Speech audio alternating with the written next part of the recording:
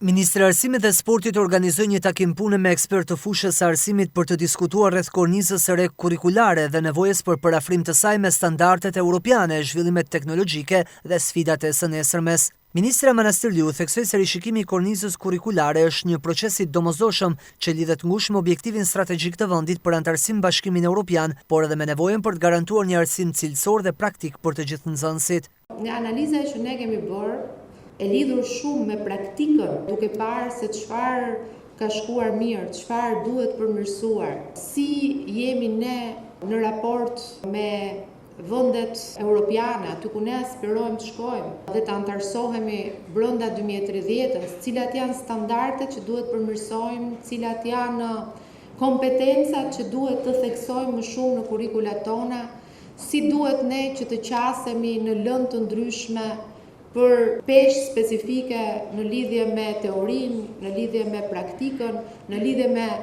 bazën eksperimentale të lëndëve që e kërkojnë pikërisht bazën eksperimentale dhe më të pasur, si neve duhet nxisim mendimin kritik, si duhet që të përmirësojmë punën në grup,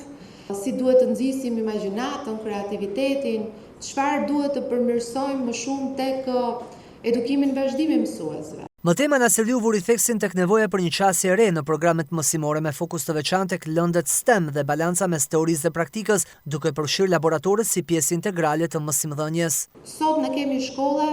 të cilat janë të standardeve europiane kur flasim për infrastrukturën shkollore. Sot ne jemi duke investuar në vazhdim për rrjetin e laboratorëve inteligjent në shkolla. Kemi aktualisht rreth 340 laboratorë inteligjent, 25 laboratorë të inteligjencës artificiale në shkolla. Brenda 2 viteve të ardhshme, 654 laboratorë inteligjent i shtohen shkollave tona, duke bërë të mundur që programi i teknologjisë informacionit bashkë me programin e kodimit nga klasa e parë edhe në vijim pastaj rishikimit të kurrikulës së ICT-s të mundet që të fillojë në të gjithë vendin për të gjithë fëmijët. Sot aplikohet për rreth 35.000 fëmijë të klasave të para, dyta, treta.